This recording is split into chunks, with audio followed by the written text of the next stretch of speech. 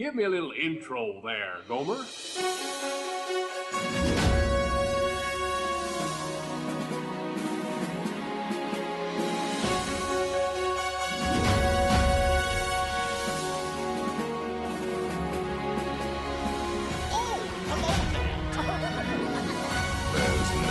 turning back now. Let's put on the show. You're listening to the Station 71 podcast. My name is Mario, and this week I'm joined by my co-hosts, Brian and Kirsten. So we've got a full news lineup this week. Lots of big things happening at Walt Disney World, and I think that's going to be the majority of what we talk about this week. So let's dive into some of these big things coming.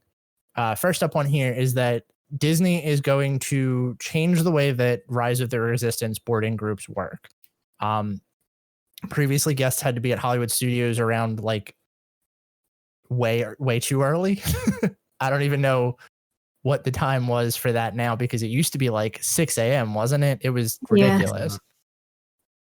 But apparently now guests can reserve boarding passes for Rise of the Resistance at 7 a.m. from anywhere. I don't know how I feel about this. Man, I'm about to put my old man hat on here for a minute, but I remember back when if you wanted to get a fast pass early in the morning, you got there well before park opening and you had to earn it. And I don't know, I kind of miss those days. And at least with I know obviously fast passes are way different now, but at least with the boarding groups for Rise, it was kind of the same thing. It was like you got rewarded for being there early, for making the commitment to get up and be there. And now it's just kind of like, oh, you can just make a reservation wherever you're at, you know? Yeah. So, I think my problem with it is more that you could do it from anywhere at 7 a.m. because to me that feels like, I don't know, maybe this is just me also kind of putting my old man hat on and wishing that paper fast passes were still a thing.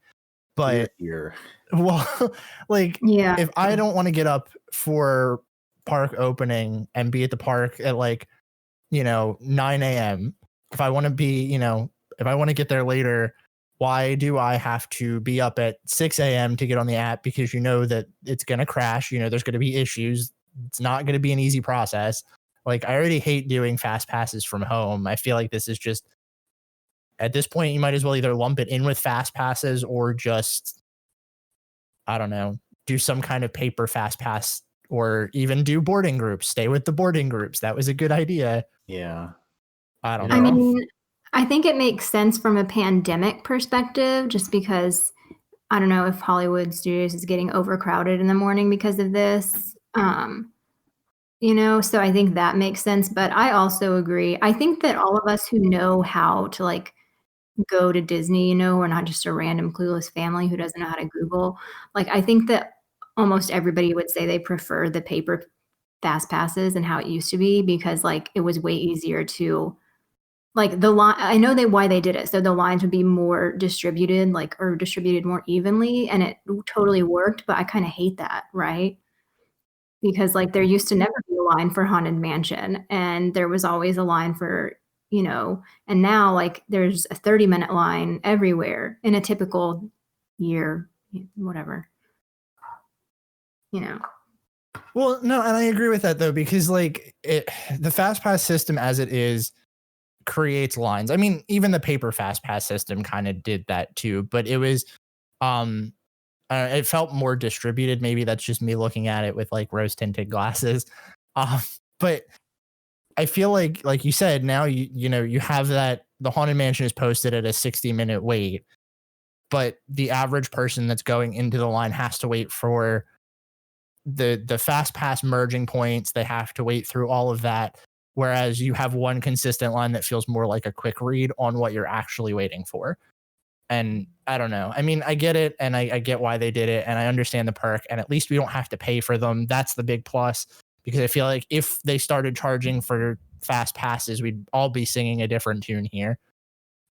For sure.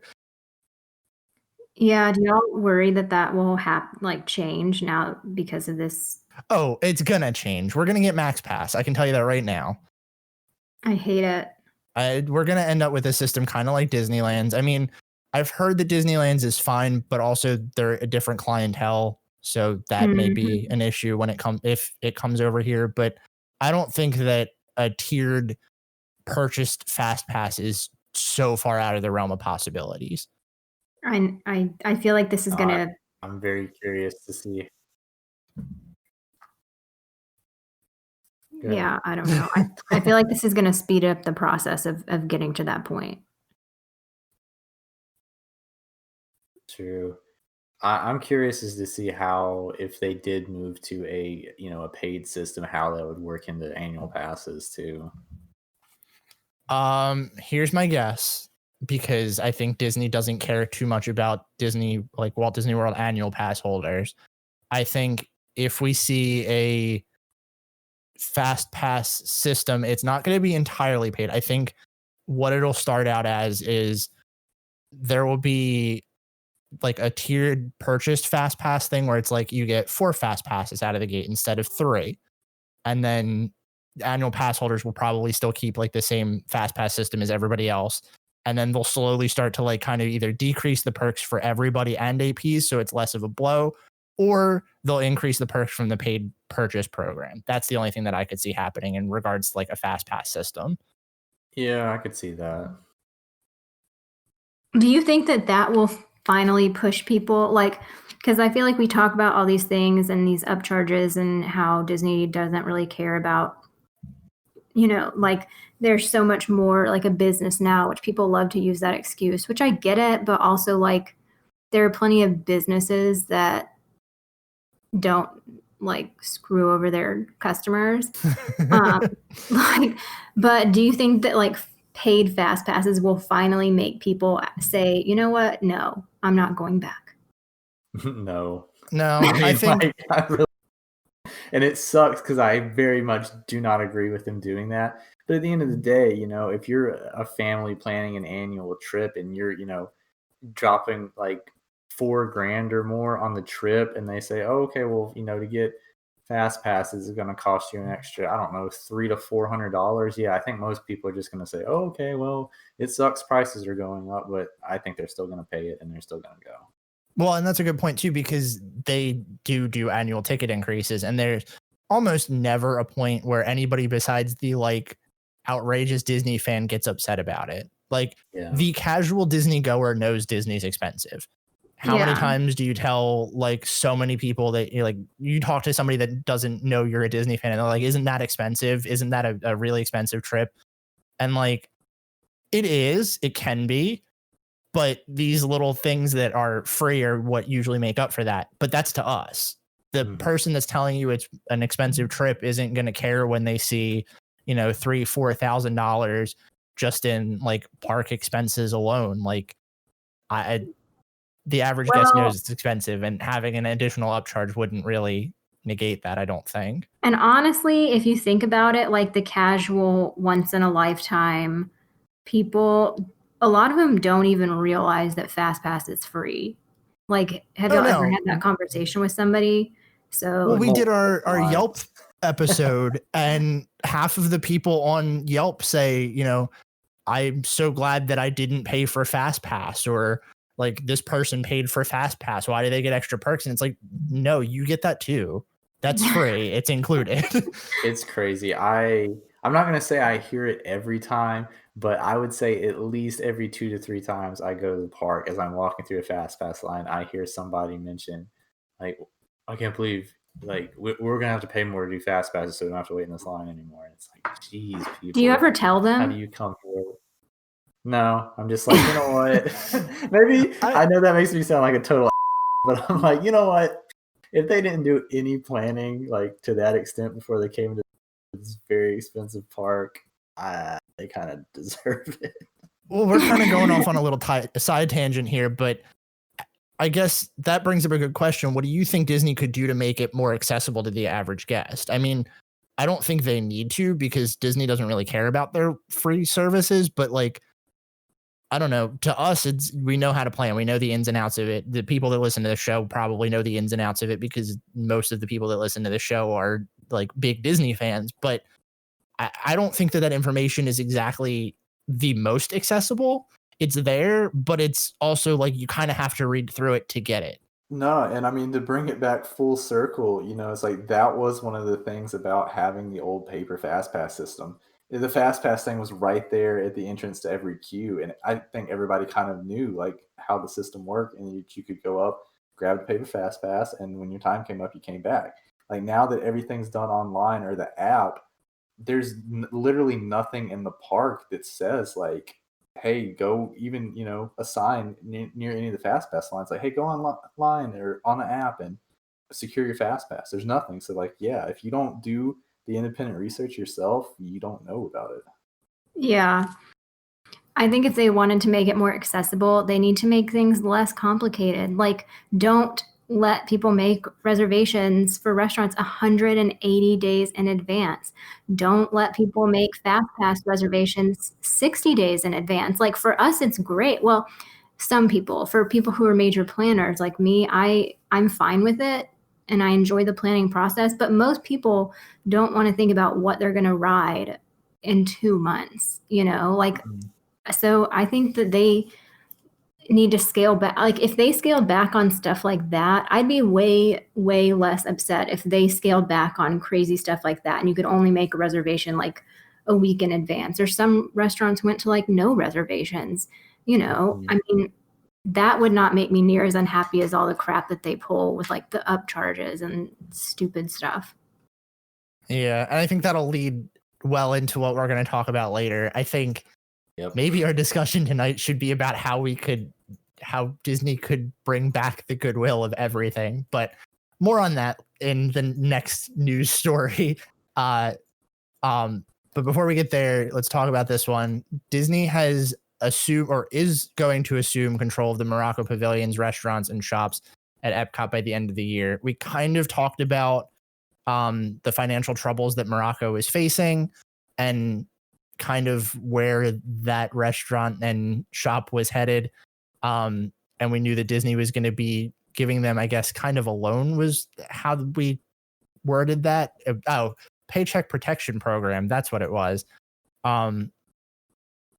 But yeah, so Disney is going to control ownership over the actual shops and restaurants now by the end of the year. And I think this is interesting because we've talked before that isn't Morocco the only one that was still like tied to the government? I believe so. I think it was the only. Didn't San Angel operate independently? I mean, I don't think it was connected to the Mexican government, but they were an independent restaurant, correct? Yeah, San Angel is independent. There's a couple things in Epcot that are. There were more than I thought. Mitsukoshi is. You're right. Because I think I looked it up afterwards. I think you did too. And there were a lot more than I thought. But I'll have to see if I can find whatever I looked up. Yeah, I think you looked them up too. And I remember that we had the conversation about San Angel and Mitsukoshi was on there. And I think there were a couple other little ones that were like, oh, I didn't know that. I don't know. But how do you guys feel about Disney taking control over basically the Morocco Pavilion? I mean, whatever. I don't know. I'm kind of neutral on this. I don't really see anything big happening because of this. Yeah, it's already built. Yeah. I think it's good. I think that this is probably the best thing that could have happened to it, just because, like we talked about before, it was facing financial troubles, and this is a good way to kind of save it. So I'm hoping that that's what it does. I guess we'll see, though. Yeah.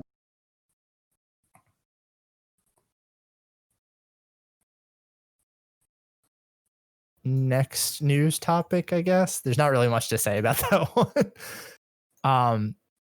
Our next news topic is that DVC perks are now going to require a 125-point minimum. There has been some very weird things going on with DVC from what I've heard recently. So perks like Moonlight Magic, the member lounges, or discounted annual pass holders, effective October 19th, 2020. To obtain the card that goes with those perks, you'll have to accumulate a total of at least 125 points, purchase directly from Disney for that. I guess special entry is the best thing to say. And it also, I don't think we talked about this, but they increased the minimum purchase amount to 125 recently. Yeah, I think that's real stupid. I mean, I'm gonna need someone to explain this to me like I'm 5. Okay, so if you buy DVC resale, now you no longer have access to most of the perks that come with if you buy DVC directly from Disney. They did that a while back, right? Where you didn't have access to like the Top of the World Lounge. You can't. So most people in that instance would buy a contract through Disney and then buy they would buy the minimum from Disney, which used to be, I think 100. It was 100 points. They would buy 100 points from Disney just to have the contract with Disney, get the card, get the perks and things, and then buy a full contract from resale. Which you can still kind of do that, but Disney bumped it up to you need to own more from us to get it. Yeah. It seems like a really poor time in the world to make that kind of decision. Personally. Yep. But I mean, I guess if you're a person that's considering, and see, I've never thought about people buying DVC with a loan, because I guess I just never would. And so now understanding that a lot of people do use loans for it, it seems like a really poor choice, because I always thought oh, well, if you can afford DVC, it really doesn't matter. This pandemic is probably not affecting you. But it probably is honestly affecting a lot of people that have it and just pay for it every month. So yeah, I just think it's a really poor decision. And it's just so piddly. Really? I mean, you're not going to let somebody into a restaurant because I don't know. It just seems so nitpicky of all the things they do. Obviously, these people are some of your most loyal visitors. Just let them go get a freaking drink at Bay Lake Tower. Come on. But whatever. I don't think I'll ever buy DVC at this point, but I will use this opportunity to say, yay, we got our reservation for the 50th. So if anybody else is going to be there on the 50th, I want to hear about it, because I was real worried about getting that reservation. I'm back to DVC because I'm not going to be there for the 50th. So unfortunately, the thing that really gets me about this, I mean, as somebody that isn't DVC and doesn't, I mean, we talked about it. Eventually we might maybe do it, but it's not in the cards at this time. It just feels so weird that they're constantly I mean, we know they raise the price on things. We know that Disney is always trying to go further, but I don't know, to increase something that's already confusing to understand is what gets me. DVC is not easy for the average guest to understand. It's not, well, obviously it's probably not made for the average guest, but for somebody that's buying in on DVC to make them spend more money for something we already know to be expensive. I mean, I guess it's a symptom of them not having as many DVC rooms and spots as before. It's a way to kind of gatekeep, I guess, but it just feels so, like you said, this is the worst time for that. And it's, and I don't know, how much money are they really making by doing this, Well, and that's the thing. It's going to save the company, If they wanted to not allow any resale, they almost could, because at some point, because they have right of first refusal on every single loan. So if you own DVC and you're okay, I'm going to sell this because I hate, Bob Iger, Bob Chapek, who's even worse, whatever. Then if you go to sell your contract, Disney has to say no, we don't want it. You can sell it resale. So, or they say, no, we're going to buy it back from you. So they could buy back from here on out, buy back every single contract that somebody wanted to sell if they so chose. So if you're going to be that way about it, just buy back all the contracts, execute your right of first refusal. Well, and that's the thing that like this to me feels like a direct response to reselling and them losing money on it. But like you said, they don't have to. And it's weird that I don't know. I feel like they were already combative against resell and rentals because for the most part, from my understanding, you don't get the perks from owning DVC if you're just renting. No, you don't. Because you need the DVC card, correct? Yeah. I don't know. This just feels weird. And again, poor timing, which is not Disney's thing is definitely not timing right now. So speaking of poor timing, this is one I truly don't understand why we needed this right now. We don't need it at all. So Disney has started to put work on the new Walt Disney World gateways. I mean, I'll admit the gateways are a little dated or were, but why? Like, again, poor timing, spending money where it doesn't need to be spent. No. Yeah. This is weird. Like when I look at the picture, the new gate aesthetically, I like it better. I think it looks really good. But I'm so used to like the old one with the purple, and it's like I see purple and green stuff, and I know I'm going on to Disney property, and like I don't know. I don't think there's anything wrong with the sign. Like, yes, it was getting kind of weathered, but I feel like they could have just gone in there and repainted it for a fraction of the price. Yeah, I mean, I had to look up what it used to look like because I knew like it was different, but I couldn't really even remember how. Like, I don't know. They didn't change it that much. If you're gonna redo something, go for it all the way. Yeah, it really looks like, I mean, just the colors got updated. The actual construction of it looks like it's pretty much the exact same. Yeah. I mean, and you know that now they're going to redo all the signage on property, right? Which that's another expense. Like, I don't know. No one cares about your signs. That was my first thought when I saw these signs was the color scheme is so drastically different than all of the signage around property. And it doesn't make sense for them to not redo it, which again is just another extra expense. Yep. I don't know. Here's the thing. I also like it aesthetically. Like I'm not gonna poo-poo on this thing the whole time because this may be like another one of our most negative shows. I think it looks nice. I admit that I really do actually enjoy the look of the new signage, but like it just feels like bad timing. Mm-hmm. Very much so. Oh boy. Well, our second to last news story tonight is that we have lost another, I guess, beloved restaurant to at least one of us. Wolfgang Puck Express is permanently closed at Disney Springs. Moment of silence for Wolfgang Puck Express and their pasta. This is a hard one, y'all. I don't know. Apparently they shut their doors quietly. That's the other thing. I don't really know what else you can say about this. Like this just sucks. Best value for your quick service credits. You live on in my memory is that. Yeah. Well, I'm gonna hit up Wolfgang for the recipe. That's all I got. Like, I don't think anybody else really cares, but I sure did. I also feel like I don't think I ever ate there. I had like multiple people text me the article because everybody knows that I love that restaurant. So my thing that's like super weird about this is I feel like this was here for like forever too.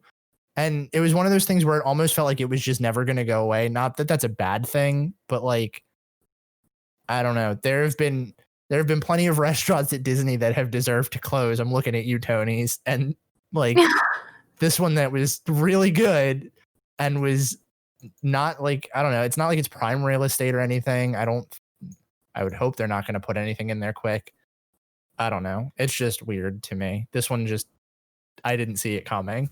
I mean, I'm not surprised because I felt like it was never super busy because it was like so far away from everything. But I was like glad that it wasn't busy, you know? So, Yeah. I don't know. It doesn't really surprise me. It's not like it was it's not like, you know, people were like, "Oh my God, you got to go here," like Raglan Road or something. Like, I get it. I'm just really sad. Well, last news topic that we have that I feel like is going to take up the majority of the rest of our night, is that there has been another round of cast member layoffs. This time it was pretty much heavily focused on entertainment, wasn't it? Yeah. If not all entertainment. So I honestly don't even know where to begin with this one because it feels like we talked about this recently and it was hard to get through. But I know, so the one article that we were reading originally said Festival of the Lion King, Finding Nemo the Musical, some Citizens of Hollywood, Dapper Dan's, and there was someone else, wasn't there? Hoop-de-doo. Hoop-de-doo, that's the other one. Are amongst the latest round of layoffs, which is, I don't even know at this point. I don't even know how to talk about this. I mean, this is kind of a gut punch for sure. oh, Monsters Inc. I was just going to say, the one thing that I don't one. understand about this, especially with you saying Monsters Inc. Laugh Floor, like, okay, I kind of get that they can't really social distance the crowd too much, but that's such a weird one to just quietly close. Like, I can't imagine that, for instance, like Finding Nemo the Musical and Festival of the Lion King, the performers are in close proximity to both the audience and the other members of cast. Like, I can't imagine that Monsters Inc. Laugh Floor, they have that same issue. Yeah, I feel like I'm surprised that that was one that they hadn't even opened back up, but maybe they're, you know, taking this opportunity to like revamp because it's not like it really belongs there. I mean, Well, yeah, it definitely doesn't. but I mean, and that like, I hate to like negate the like devastation that this has on all the employees, but when I saw that, I was sad, you know, and then Hoop-de-doo, I was like, oh, I hate it for those people because I've never been to Hoop-de-doo. I don't really think I would, it's not really my thing. But when I spoke, I mean, that to me is what said like, this is serious because I think that folk is like universally loved as like the best live entertainment show in the entire property, you know, like, Yeah. Oh, yeah. I mean, that was definitely a big one. When I heard Dapper Dan's, yeah, for me, that's when I knew it was serious because I think that's one of the few streetmosphere, you know, like entertainment options that not just like the really big Disney fan community knows about. So yeah. Well, and I still wonder if it's all of the Dapper Dans or if it's because it's like Voices of Liberty, we've determined that it's not all of them, right? They're keeping like a very small number on, right? I mean, for right I now though, Yeah. but you know, they've been kind of cutting away more and more. It's like each week we get another round of these. Yeah. So I mean, I definitely hope that doesn't happen, but the way it's looking right now, is it just a matter of time? Here's my thing, and I don't know, maybe this is just me being extra negative about it. I don't know. I've been weighing on this whole like, is live entertainment as we know it dead? Like, that's been the I guess the piece that I've been struggling with is like, internally, I want to say yes. I want to say absolutely. There's no way that under this current management we're going to see any sort of live streetmosphere entertainment or anything like that. But I also think that under this management, I wouldn't put them past it to lay off all of these employees because one, they can't pay them during the pandemic, but then also bring back either cheaper employees or the same employees at a lower rate. Like, that's also something that I very easily could see them do. Well, I mean, yeah, I mean that would suck. The biggest thing about what made these entertainment options so good was that the people that were doing it. So one, yeah, if you bring back less skilled people, you're losing a lot of the entertainment value there. And if you try to bring back the same people at a lower rate, I think a lot of them are going to walk, and Absolutely. rightfully so. But I don't know, man. For your first point, I think I was thinking about this a lot today, and I really do think that this is, if not the end of all entertainment, it is definitely going to be a huge downsizing of the future of entertainment for Disney I World. mean, I think that they're taking a chance on, once this is over, being able to hire back a lot of the same people, right? Whether or Yeah. not it's at a lower rate, but, and that, I mean, that's a calculated risk. And, if people who are like, oh, it's a business, like, yeah, it makes sense. But I don't know. The whole point, I feel like, I don't know, every time something happens, I wonder, like, is this what will make people walk? And I think a lot of people are way more upset about this than anything else, just because the whole thing about Disney World is it's not like just a roller coaster park, right? I mean, the entertainment is a huge draw, and that's what, made it different in the beginning, because it was, like Wald always said, like a park for the whole family. And with the loss of like every major entertainment option, you're losing a lot of that family stuff. Like, I remember taking my great grandma, when I was doing my program, to see Festival of the Lion King.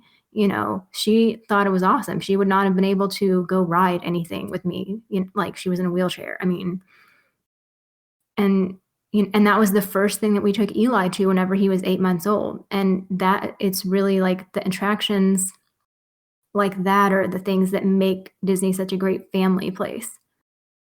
And so without And that's the thing, like, I don't know. That's the thing that like really gets me is you're right. And taking away some of those experiences does kind of, it hurts the younger audience specifically, and the younger and older audience. Cause like you said, that's one of the few things Eli could have done. I don't know. Sorry, I didn't mean to cut you off. No, I was just that, I just kind of thought of that as I was talking, that like I remember being excited to take him to that because I thought, he's 8 months old, like the lights and the music will excite him. And like my great grandma was like, it's so impressive. Like, of course, she'll love it. It's the best show on property.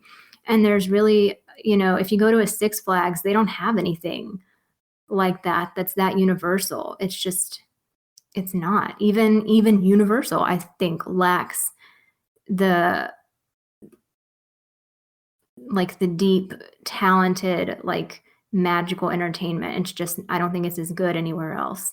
Well, I agree with you on that point, but also, look at the numbers that Universal's had as far as growth lately. They are kind of paving the way and showing that, okay, you can run a theme park without having that and see growth. I mean, I think last time we looked at those numbers on a show, maybe a year or so ago, that Universal was seeing higher attendance growth rates than Disney was. And I think maybe Disney's starting to look at this, and I hate it, and I hope I'm wrong, but if they're able to look at this and say, obviously the big ticket stuff like Galaxy's Edge, that kind of stuff, they have, attainable data on that you can look at and say, something big like this brought in X amount of visitors, and you can't look at like Voices of Liberty or the Dapper Dans and say it brought in X number of people. So I think that they're looking at a place like Universal and saying they can show this growth without putting a real big focus on entertainment. And Disney, I think, is gonna try to follow suit with that. It's a way for them to cut money and see not necessarily attendance dips. And I hate it, but I think that's kind of what's going on. Yeah, I absolutely don't think you're wrong there. I wish I thought you were wrong. Yeah. I wish I was wrong too. But I mean, it's like, that's the thing. It's very clear that, they're looking at numbers, and it sucks because you can't put like, an objective measurement on, guest entertainment excitement. And it, I think over time it's going to be bad for them that over time, yeah, guests are going to have less enjoyable experiences and come back less. But at the same time, you know, it, in the meantime, they can't put a number on that from the data they have. So let's get rid of it. Yeah. I think eventually they're just going to lose. I mean, like now, if you think of a theme park and like you think about whenever you were little, like what did you want to do? You wanted to go to Disney World. Like for me, who I didn't grow up nearby, I didn't go till I was in like 9th grade. I mean, that was like, like going to Disney World was like a rite of passage, for multiple generations. And they've been coasting on their name for a while. And I think eventually that's going to catch up with them, I think it'll take a long time, but I think eventually they're just going to be like, it's going to be the same thing as like Cedar Point or Universal. It won't be like the paragon that it is now. And, but I don't know. I'm going to say this. Every time Chip and Co, which I don't even really like them. I don't know why I follow them. Every time they post an article about stuff like this that's changing and people are saying that they're upset about it, I say, guys, if you want your voices heard, contact them. Send them an email. It's www.guest.communications@disneyworld.com or something. I can look it up and we can put it in the show notes. Like I've sent multiple emails over the years about stuff like this. I've gotten personalized emails and phone calls back. I don't know if that's a priority right now with everything that's happening, but like they do get read. So if like you're not happy about something, let them know. I mean, that's the only, it's not as,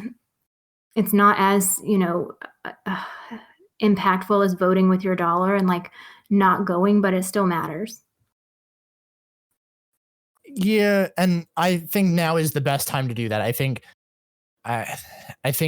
that people need to realize that guest feedback is the thing that we need to be focusing on right now, especially if these things hurt. Like you said, writing letters, filling out those surveys, like telling Disney that this isn't what you want out of their parks, because like you said, they read that and obviously we're their customers. They're going to respond, hopefully.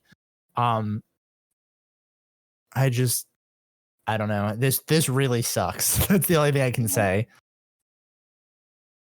Yeah. Also to bring it back to Brian's point about growth numbers. So the Themed Entertainment Association, I have the numbers from 2019 that we read in front of me, and it doesn't break it down by like overall park. It breaks it down by like individual parks. So Disney's parks, for example, Magic Kingdom saw a 0.5% change from 2019 to 2018. Animal Kingdom saw a 1%. Where is Hollywood Studios on here? That's on the next page. I actually don't even see Hollywood Studios on here, which would probably be the most comparable because all of that stuff opened up. Epcot didn't see a change in attendance, and Universal, oh no, there's Disney's Hollywood Studios. Hollywood Studios with Galaxy's Edge and all the expansions saw a 2% change, but at the same time, Universal saw a 2% change as well. That's crazy to think, because you want to hear something even more crazy? What? Islands of Adventure saw a 6% change. That is ridiculous. Wow. And honestly, that's crazy to think. You know what would be, I think, an even more comparable figure to compare?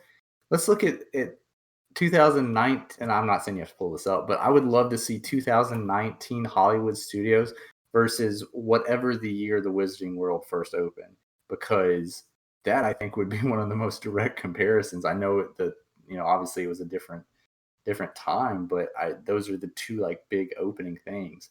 Because I could probably get those. I remember when Wizarding World opened, I was still living in Georgia. So I wasn't very close to any of the theme parks, and everybody knew it. Tons of people were talking about it, and that was massive. Like everybody knew about that. Oh So yeah. I don't really know. I feel like that was a bigger thing than Galaxy's Edge opening. Yeah. I actually don't think you're wrong there. So let me pull up those real quick. That actually shouldn't be too hard to find. They have them listed as a whole index. I remember because whenever I started my program, we started in January 2011. And so that was about 6 months after it opened. And it was like a huge thing that we went there. Like, I mean, it was a big deal because we were all so excited, all of us little nerdy people. Universal Studios from 2015 to 2016 saw a 4.3% change, whereas Islands of Adventure saw a 6.5% change. Comparable for, you said 2018? Well, 2010 is when Wizarding World opened. Is it? Oh, I thought that was 2016. No. That was the Diagon Alley one, right? Yeah, and then the second part opened in the Universal Studios part opened in 2014. Yeah, 2010. Time passes fast, Mario. It was 10 years ago, not 4. Yeah, it does. 2010 index. Let's see the numbers. Where are they? Data. Here we go. Oh gosh. This report was significantly less easy to read.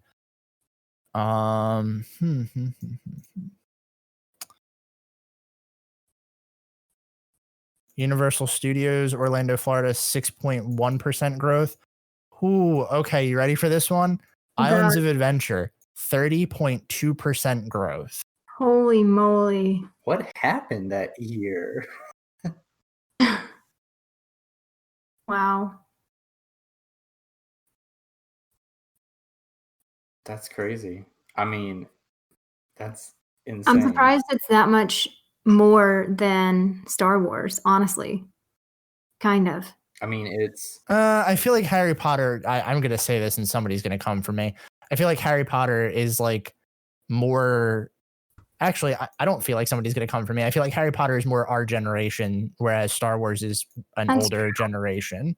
Yeah, but that's more than an order of magnitude difference in growth rates. That's ridiculous. That's crazy to me. 30%? Wow. I mean, it worked. Yeah.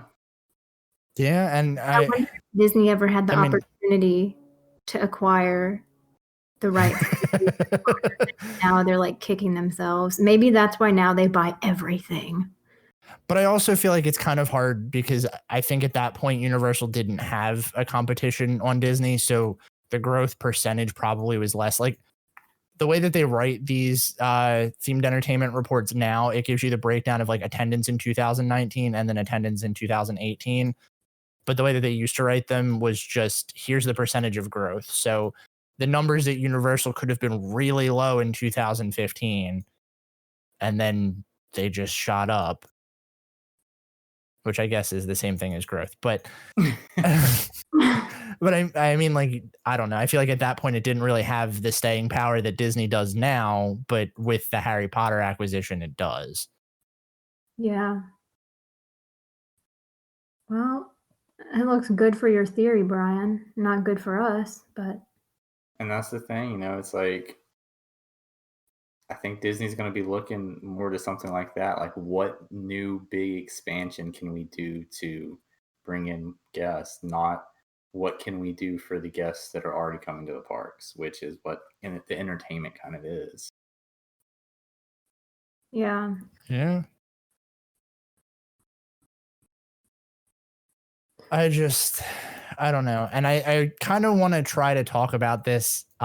I guess in a constructive way. Like, what do we think that they could do to bring back, as Kirsten said, the big thing is goodwill, because uh, we know previously the execs got their payback, and a lot of us were very peeved about that, mainly because it doesn't look good when you're getting, the top tier people money and then the bottom line people are disappearing.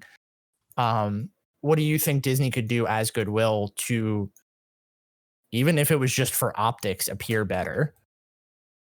Well, I think, like you said earlier, like just dumb, not, I don't want to say dumb stuff, but stuff like the sign, stuff like redoing Cinderella Castle. Like, okay, like we don't necessarily need this stuff, like nobody, I don't, nobody's not coming to Magic Kingdom because Cinderella Castle didn't have a new paint job, It's like that kind of stuff. I'm gonna go even so far as to say, like, the Skyliner, the whole, how much money was dumped into the Skyliner system, and I not it's I haven't written it yet, and I don't stay at the hotels very often. I still feel like it's just like a novel form of transportation, and it's never really going to be an effective public transportation system at Disney.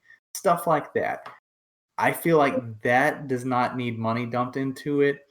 Put money into the entertainment. Put money into stuff in the parks that is actually making guests experience better. Yeah. Yeah. I think I'm going to say this, and I don't know how it's going to come out. I think if they, like the Skyliner, that was before all this happened, so like I'm not upset about it, but whatever. I think if they paused construction on things, if they stopped moving forward on projects, like not even to just keep people around, but to say like, hey, the reason we're letting people go is because we're hurting. It just feels like right now, a lot of the reason that people are being let go is, one, because they don't need them, which is unfortunately at this time a very fair thing and understandable thing. Like, layoffs are expected in this current climate. But also, like, it doesn't say that you only care about the price costs because that pays your salary. And I think we've all kind of said this before. Disney, while it is a business, and while it's like, I guess some people would say it's good to see it as a business right now, it shouldn't feel that way because it's always been more, if that makes sense. Yeah. I don't know. And I mean, obviously I'm still going to go. This isn't going to change anything, as much as I hate to say that. I mean, I feel like I don't know. Y'all don't have HEB, so I can't make this comparison. I'm trying to think of, like, Walmart is a business, but there are still, like, Costco is a business, but Costco has a lot more goodwill than Walmart because they actually treat their employees and, like, their customers a lot better. Does Walmart make more money? Like, I don't know. Maybe, like, it's possible to run a business in a way that is still magnanimous and, like, caring. I mean, look at what Patagonia does, for the environment. Like, there's all kinds of companies that are successful that aren't just like money hungry, like sharks. And I feel like that's now what's running Disney. And people can say, oh, it's a business all day long, but like, not all businesses have shitty practices. So there. Well, no, and that's a good point. And two, it's like, even looking at it from a business standpoint, how does this hurt you long term? Exactly. That's something and that's something I feel like Disney of all companies needs to be considering. How much of it, whether or not it's fabricated or not, how much of Disney's income is, if not based on it, at least revolves around the image they portray, So That's a really good point. Yeah. Eventually the goodwill is going to wear out, I think, from the normal people. Like, eventually you won't be able to say, well, oh, it's Disney, like, it's so impressive. Eventually it's not going to be that impressive anymore. It's just not. and it's sad too. That's absolutely true, and it's sad to see it move more and more towards that. Because I mean, that's the thing. I know that we are a subset of, the population that is this big into Disney, but I mean, even, I want to say normal people, but people that aren't as big into it as us, like everybody knows Disney.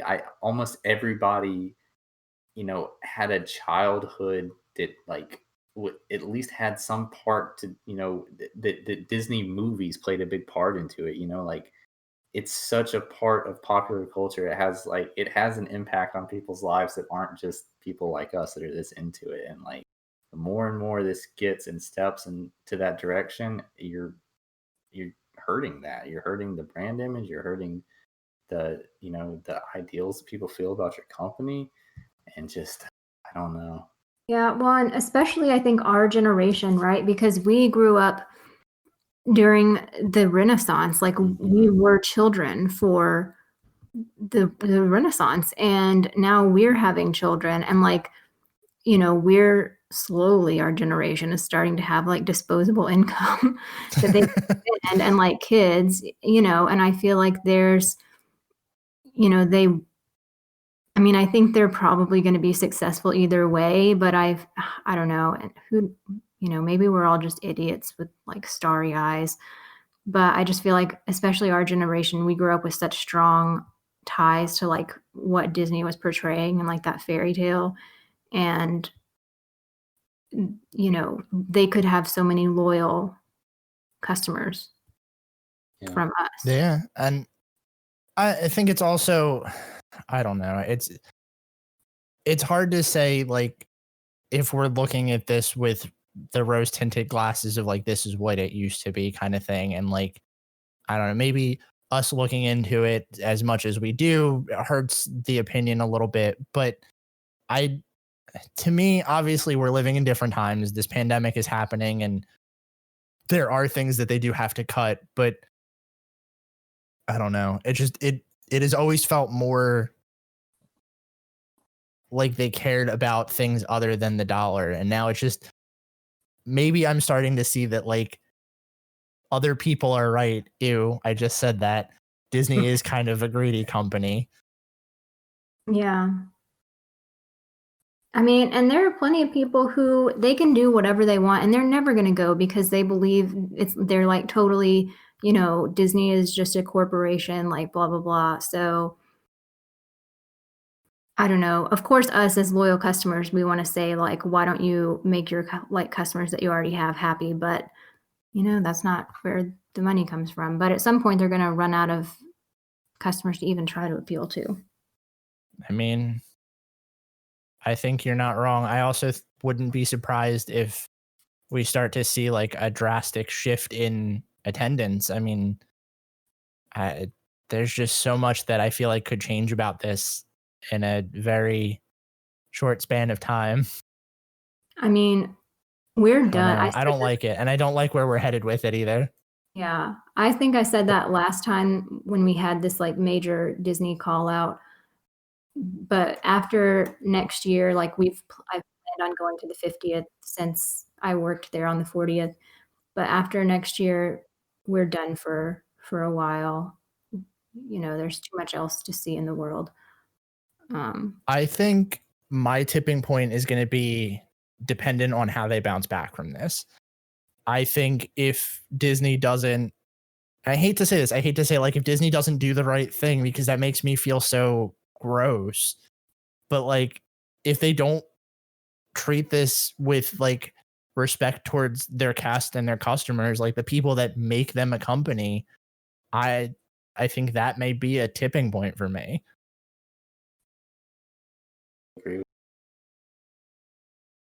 And unfortunately, like the reason I say that it's going to all depend on that is because I feel like we're too far into this pandemic to tell. And like, could it be that it's because of the pandemic that these things are happening? It probably is. That's probably what it comes down to, is the pandemic has hurt Disney financially and they're laying off the people, i.e. entertainment, that they really can't afford to pay right now because they're not really working. And that's fine. That's understandable. I mean, not fine, but I don't know. And I think the pandemic is the catalyst I of think it's these a great plans that were excuse. going to happen eventually. Oh yeah, that's what I mean. Like I think that it is an excuse. I think that it's absolutely an excuse because, I mean, here's the thing. It's too coincidental that Disney's in an argument with the equity union, and the equity actors were the ones that were just laid off. That's all way too coincidental. The other thing is that Bob Chapek, who just conveniently happened to be the new CEO of Disney for a little bit, for a hot minute, also has a really bad reputation of cutting entertainment. I don't think that it's technically pandemic that's causing this. I think it's a good excuse, but I also think that some of this stuff was on the chopping block for a while. And now they just have this, and they're expecting people to give them more leeway because, like, oh, well, you know, they're not making any money, but Yep. whatever. But back to like the actual cast members, I can't remember if the last time we talked about this on the news. Did we put out the resources, like the cast? We did not, but I think now is a good time to do that. Yeah, because and if you're going to the parks, anybody, like, be nice to them. I'm sure even if they still have jobs, like I don't know a single person. Most of the people that I knew who worked there are now gone. You know, they've been laid off in one way or another, and I don't know anybody that's like unaffected, even if they kept their job. You know, like everybody knows people. It's like I'm sure the morale is like really, really bad. So if you're going, be nice to them. And I mean, not that this really means anything, but I've seen so many posts on like LinkedIn and whatnot that basically say hire cast members because, you know, they have this background that is so extensive. And I think that's fair. Like, I think a lot of these people just loved their job and they really did expect to be with the company for a while. I've seen so many cast members just devastated, and it's super unfortunate. Mm-hmm. But I also think we should plug, like you said, cast member pantry. That's the big one right now, correct? And I've seen some that are like helping cast members write their or work on their resumes for free. I don't know. I don't have like a list on the top of my head, but I know there's like so much stuff, and then you can probably find it in various Facebook groups or on Twitter. You know. Yeah. So we'll have to find some stuff and like post it or something. There's an article from the Diz about cast member pantry, which is the nonprofit that was launched basically because of the cast member layoffs, and they've been doing a lot of like food donations for people that were employed by Disney and now can no longer afford to live in Florida, which is not necessarily super cheap. Yeah. But I know on here I normally would not condone plugging anything like this, not nonprofits, but like giving someone a Venmo to pay money to. But the big thing that they're taking donations through is Venmo, and their account for monetary gifts is at Cast Member Pantry. They also have an Amazon wish list. And they have, if you are a cast member and were laid off, you can email them at castmemberpantry@gmail.com. And you'll receive an auto reply with a link that'll send you a place to register for like an appointment to come pick up your grocery bag. So lots of good work by those people. And they have a Facebook group exclusively for taking in donations and things like that if you want to help out. So it's a shame. It's a shame that we even have to talk about this. Yeah. It's really sad. And on that note, It is. I don't even think that there's a way that we can make this better. Like even talking about what they could do to bring it back just doesn't. It feels like it's still such a sour note because at this point I feel like I've kind of lost most of the faith that I have in them bringing the company back to what I want it to be. yeah, I'm losing hope.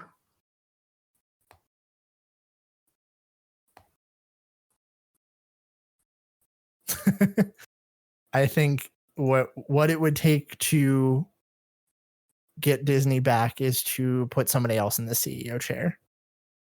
Yeah, That's Vince me. Lombardi at least, right? Yep. That's what I can. That would be it.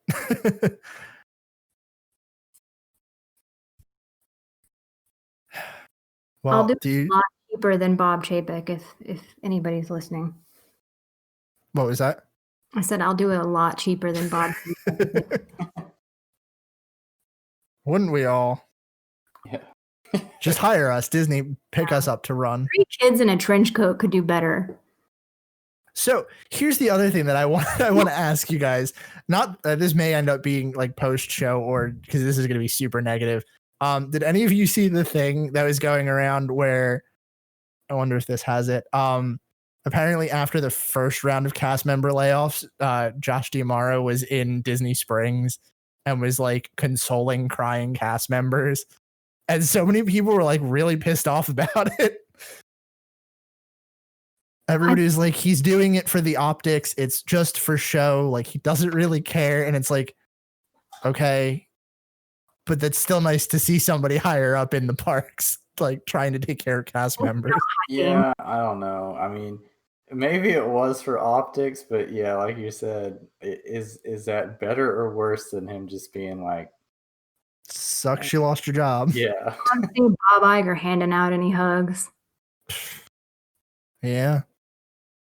I do also, real quick, things that I have been noticing lately. I don't know if anybody else has kind of seen these things, but I've seen a lot of former Disney employees like either streaming on Facebook or like doing different kind of basically doing their show but not at Disney because they're not employed there anymore. Specifically, Yeehaw Bob does it every Sunday. Yeah. I know for a while one of the piano players at Grand Floridian was doing it. Like I've seen a lot of that, and that to me says that these people just really loved their jobs. So that just makes it all the more unfortunate. Yeah, and like you were saying earlier, this is like it's more than just losing your employment with a lot of these people. I mean, this is working there was a huge part of their lives outside of the being employed part, Yeah. Yeah. And to everybody who's like, well, that's what you get for being in the arts, STEM, blah, blah, blah. I think that those people should have had to go through this entire pandemic with no music and no TV and no movies and no art on the walls and no anything because, yeah. Yeah, are we in post show right now? Well, I was gonna leave this in specifically because I want to plug the fact that a lot of these people are doing stuff. So before we wrap up, I want to say that if you happen to be looking for some of these people, they are still active. Like I mentioned, Yeehaw Bob, he also does have a like virtual tip jar. Streaming the Magic has been resharing a lot of these like people doing different things. Like the guy that used to play at the Grand Floridian, he was a pianist at Casey's. He worked at Hoop-de-Doo. He was streaming on their Facebook page the other day. And he had a tip jar that led directly to him, like through PayPal. That's a really great way to support these people because the money does go directly to them and you still do get like the actual show that you had. I've watched Yeehaw Bob on Sundays a couple times. It's the same show, except it's a little weird because there's not a crowd. But it just proves, like you said, these are people, this was what they loved to do. And unfortunately, I mean, they're still going to try to do it as best as they can. And for better or worse, hopefully that means that someday they can come back to the parks. Yeah. And that's going to do it for us this week. Thanks for joining us again on another episode of the Station 71 podcast. If you like what you heard, be sure to subscribe to us on iTunes or wherever you get your podcasts from. If you want to keep in touch with us, you can find links to all of our social media in our show notes. You can find us on Facebook at facebook.com/Station71pod, Twitter at Station71pod, Instagram at Station71podcast, and you can join our Discord chat at bit.ly/S71chat. We hope you enjoyed your ride, and we'll see you real soon.